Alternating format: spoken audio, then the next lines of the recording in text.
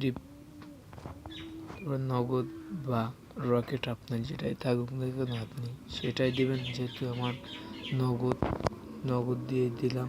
তারপর আপনি কত দেবেন?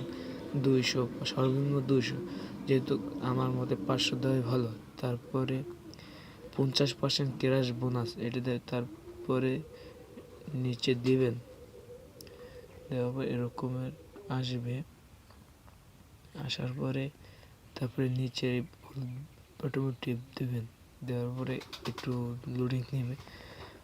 তারপর এই যে নাম্বারটা, এটা এজেন্ট নাম্বার, এই নাম্বারে আপনার টাকাটা পাঠাবেন যে ট্রানজাকশন আইডি, সেই আইডিটা এই জায়গায় দেবেন। যে কোনো জায়গায় যে কোনো জায়গায় আপনি নগদ বা বিকাশ টাকা পাঠালে একটা মেসেজ দেয় ওরা অফিস দিয়ে। তারপর ওইটা কপি করে দিবেন, দিয়ে সাবমিট করে দেবেন, তাহলেই হয়ে যাবে।